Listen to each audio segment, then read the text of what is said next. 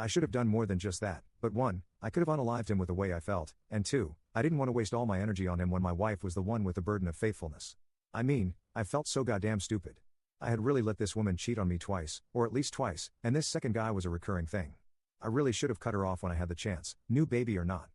I ripped the covers off her so I could see her face and her body. At that moment, I was disgusted by everything about her.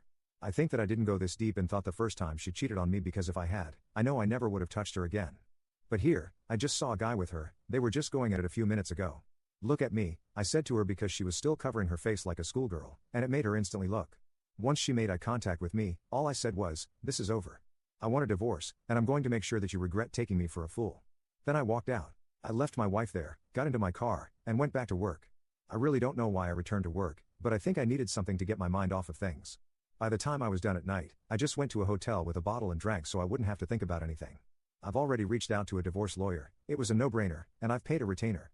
I'm going to fight tooth and nail to make sure I get custody of my children, but beyond that, I want to cause her pain, and I'm trying to figure out how I honestly can't be taken for a fool like this, especially because I already made myself a fool by letting her cheating get away with things once before. I guess it's true that once a cheater, always a cheater. Anyway, I'd love to hear your thoughts and hopefully advice on the approach I can take next.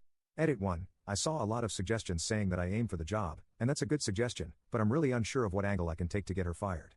That one might be a tough ask, but I'll think more on it. Just for context, she works in a law firm in case anyone has suggestions for me. Edit 2. I saw a suggestion about getting her in trouble by deleting important files she has access to or leaking confidential info. Thankfully for me, I do know a few of her passwords after so long together, so this might actually be practical. I'll see what I can do, but for now, I've got to go until the next update, I suppose. Update 1. I'm really happy as I'm writing this update because the divorce proceedings have finally concluded between I and my ex-wife Grace.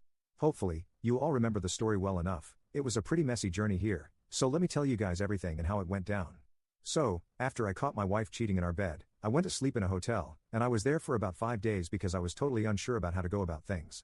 After that, I showed up at the house to see my kids and make up a dumb excuse as to why I might not be around every day, which broke my heart. I went to my brother's place following that, which wasn't too far. I had to tell my workers I wasn't feeling great, and I didn't show up until the next week. However, it was during that time that I had gotten a lawyer, and he had started the necessary paperwork for me.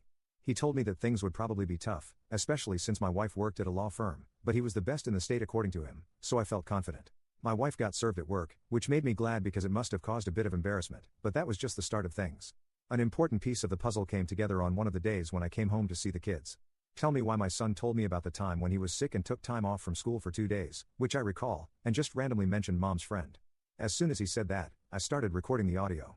Apparently, Mom's friend drove a big black car, and she came around on one of those days he was at home. This literally happened about a week before I caught her.